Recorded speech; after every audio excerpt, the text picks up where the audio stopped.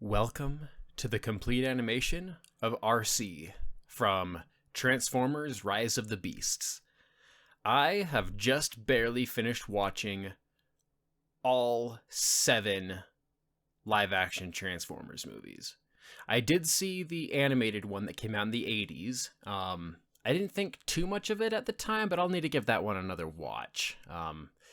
But now that I've watched all 7 Transformers movies in pretty rapid succession. I watched them all over the course of about 2 weeks, and they're all 4K. They're like basically the best way I could possibly watch them, and I have some opinions.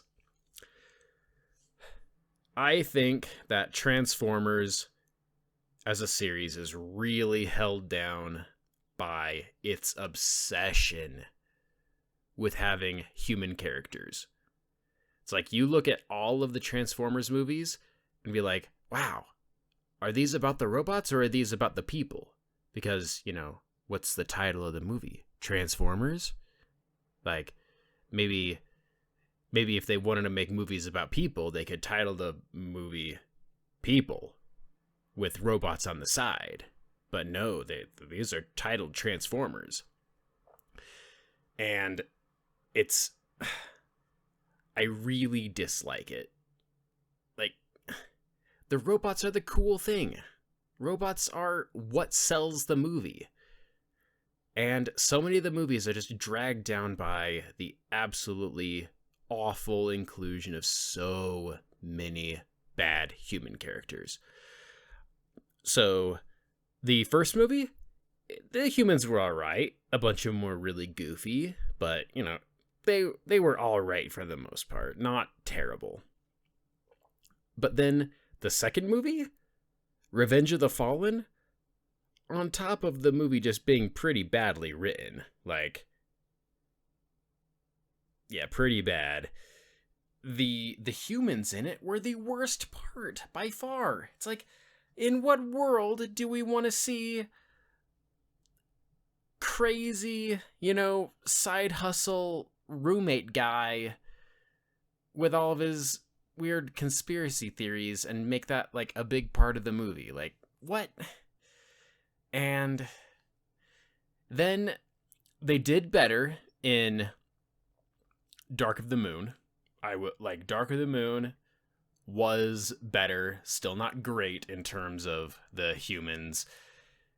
And then I think that it got really bad with Revenge of the Fallen because they had so many characters that nobody really likes. They like the weird government agents who ended up being villains. That was just dumb. Yeah, Revenge of the Fallen, really bad human characters. And then they had this weird fascination with having part of it take place in China. Like, as if they were pandering to Chinese audiences. But then, they finally turned it around with the 5th movie, The Last Night. The Last Night, I think, is the best of those first ones because there were not really any kids. It's like, I think that's one of the biggest things that is so bad is like teenagers or really young adults who are immature. And they also just have this weird thing of during big fight scenes, they cut away from the cool action to focus on the puny little fragile humans who are running around scared, who by all rights should already be dead and crushed, but they somehow live. Revenge of the Fallen, oh my goodness, the fight where Optimus Prime is fighting some Decepticons in the forest and Shia LaBeouf is just cowering there. It's like, you could fix that. You could fix so much of these movies by just cutting out so much of the human stuff. It would tighten the pacing and make it feel better. And so then there's Bumblebee and Rise of the Beasts. Bumblebee also had teenager as a main character. but it was better. Rise of the Beasts at least had main character just be young adults who aren't kids, so that's good. But I think that the biggest thing that they did that made Bumblebee and Rise of the Beast so much better is they fixed the designs. They leaned into, the more boxy shapes that just work.